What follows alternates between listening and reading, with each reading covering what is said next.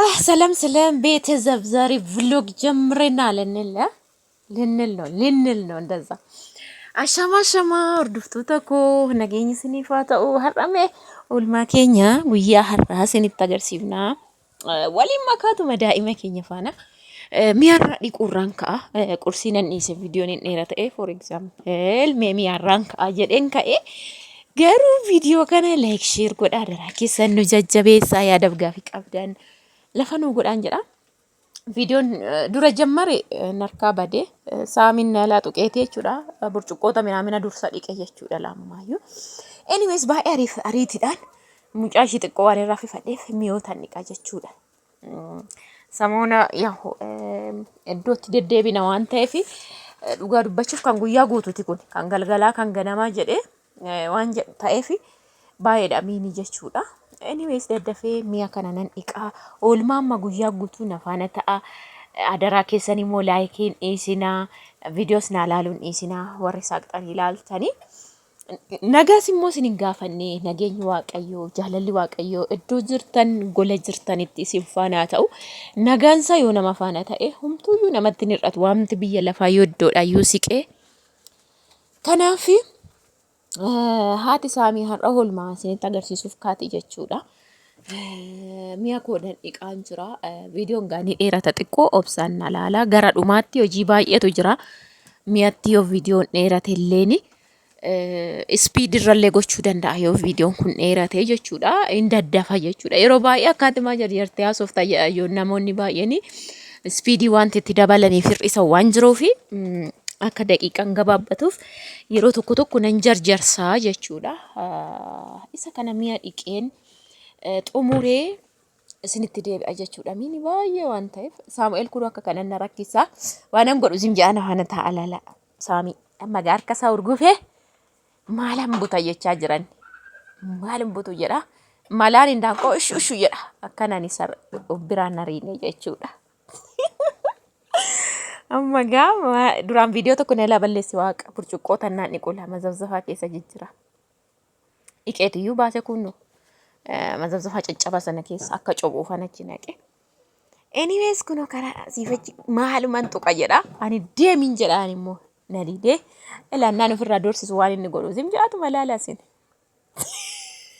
Na irraanfachiisu dha amma akshiniin inni kun. Kana dargaggeessa haadhola katti dargaggeessa ta'eeti kun kana waggaa lama keessa waggaa lama yoo ta'u guutiin kana argitu waan dhiyoo sin agarsiise sini galee tokko miti lama argitu jechuudha. Kunoo lama gidduu caafaraa jira jechuudha. Hojii koo hojjetachaa mana koo jecha akkatti noo'u yeroodhuma argattan dhugaa waaqa akkatti dasiisin jedhu waaqayyoon garuu isin agarsiisu dhugaa dubbachuuf waaqayyoon isin agarsiisu. Uunat Egzaabeerin miidhama isaa ilaalinaa garuu waaqayyoon kana bakka biizii ta'uu isin agarsiisu jireenya keessan itoo nama tokko faana teessanii waa'ee namaa hin haasa'in waa'ee namaa maqaa namaa hin tuqin jireenya keessan bichaadha otoo waliin hin gahin galgalli dhufa jechuudha. Galgala immoo tokko tottanii daa'ima keessa raffisu paambarsii qayyaru aannan ishee baasu xuuxxoo dhiquu maal jettanitti xaxxanii raftu. Ganama immoo shidha jecha kaatu biizii bakka waan isa kanaa isin yaakin gizee nama hamattanii isin haa dhoowwatu waan gisee waa'ee namaa bakka guyyaa sanbataa guyyaa waaqayyoo sana bakka ariitiidhaan mana waaqayyoo dhattu jechuudha. Maaliif kennaasa kanaafi baay'ee tokko biizii wal nan ga'u kan dhugaa dubbachuuf halkan amma sadiittan hojjedhaani jechuudha. Hundaaf akkuma argaa jirtan mi'an dhiqee raawwadha.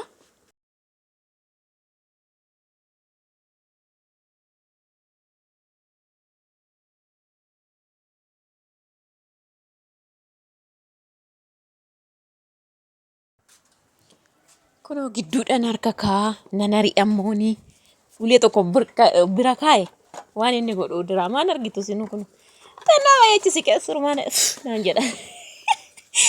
Dhugaa dubbachuuf maaliif seetanii wantichatu foon affeelaan jira laa hojii kooti viloogii siin tan agarsiisa emiti qodaan kun bakka waan inni itti affeelee waan wal borcee jira waan ta'eef foolii kana uffata balleessuu malee maal godha isa jedhuun ofirraa ari'aa jira ishee waan biraaf miti. Yoo borcaa yoo hojjedhe rakkoon qabu of balleessuun immoo maal godha daa'imti. Waan argeetutti yaa'a waan ta'eef. So saafin ofirraa hari'a. Yaa guyyaa guyyaan kanuma keenya waan ta'eef borcuun waan dhorkamuu miti. Innuun irraan si qotoon hari'ee ilaala amma deebi'a. Sobeen lafa qaxaqaxaa hin deemaa laama naanna'ee natti deebi'a. Achi siqee naan jedhama. Ilaalaan dhufee na dhungachuun malaan na sossobaa jechuudha. Muudii isa kana beektu reetiin. Amma dhaqee immoo iddoo kaameeraa dhaqittaa se'in jedheeni dhaqittum siqee dubbadhu hin jedheeni maamila keenya daawwattoota keenyaa taasisa rakkoo hin qabu hin jedheeni. Argitanii akkasittuu hari'ee narraan deemu kunoo dhufee bakka amma immoo sin jeequutti dhufee jechuudha.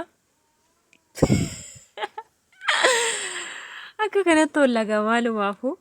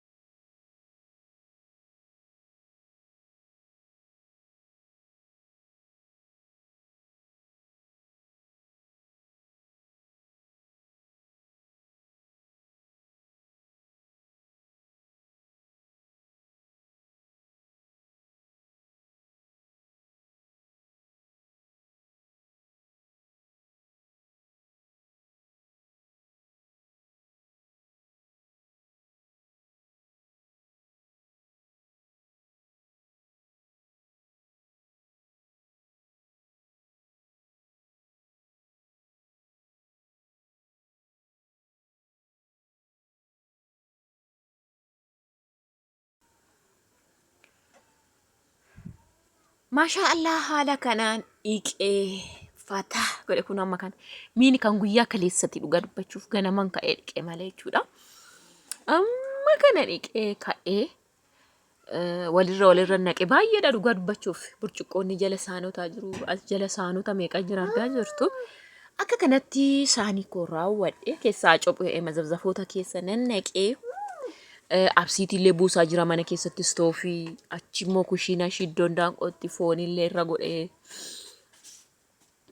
viidiyoo yeroo hidhunee jedha malee amma immoo foonicha fudhadha. Barana 4 ture har'a meeqare 3 tokko immoo laxafuufanii har'as jechuudha. Sanbata lamatti galchee jechuudha barana 4 hin qabaayye amma immoo tokko fudhadhe. Har'as jechuudha yeroo darbe hojjedhe. Yeroo waxii asitti shunkurtii koo immoo kattaffe godheeti. Shunkurtiin amma bilchaatutti foonichi garasitti akka bilchaatuun godhaa jechuudha. Maaliif bira distiitti lafatti walirraa hiikkachuu dide garuu inni kun inni baranaan na sun hiikkate. Inni na hiikkachuu didee ni sinnaa danfu yaada walirraa hiikkata gubbaadhaan nan fuudhaa waan argeessaati. Bakka akka sanatti isarra kaayee gagganaffalee asitti immoo sirriitti bilcheeffachaa jira jechuudha. Foonicha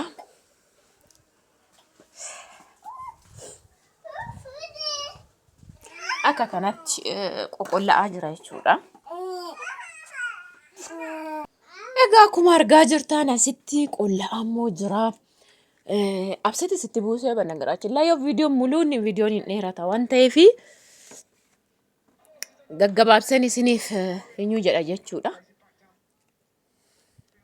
Akkuma argaa jirtan bilcheeffachaa jira. Asitti immoo hamma eelee jammaree jechuudha. Eelee jalqabeen jira.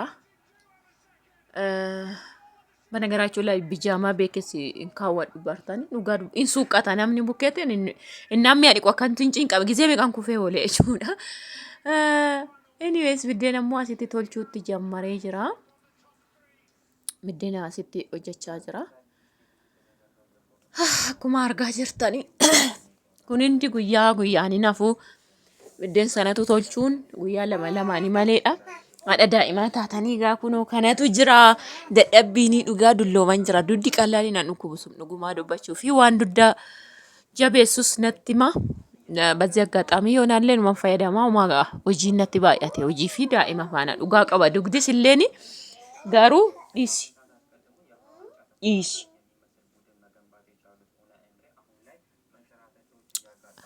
Anyways akka kanatti hojjechaa jira akkuma argaa jirtan foon immoo muraallee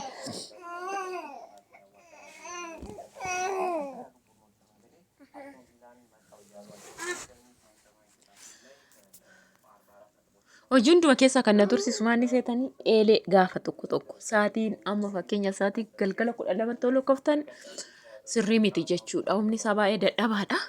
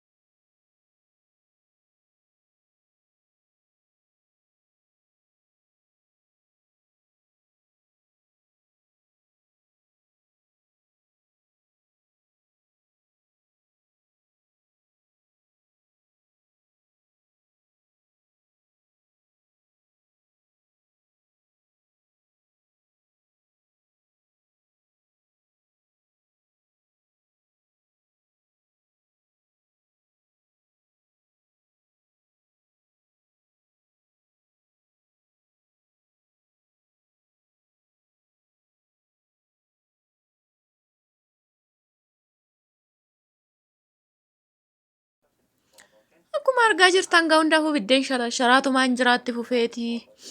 Waxiin immoo asitti ga'ee jira.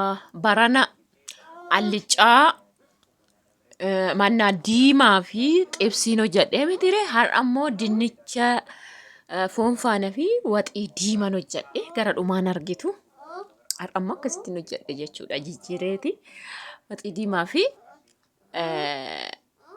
foon dinnicha faana saaminis akka nyaatu barbareen hin guba waan ta'eef.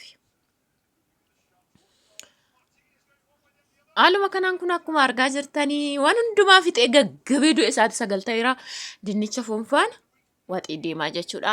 Ofii koo qofaa waan ta'eef Saamu'eel faana qopheeffannee dhiyeeffannee jechuudha. Maaliif isaan galgala dhufa isaati tokkotti waan ta'eef.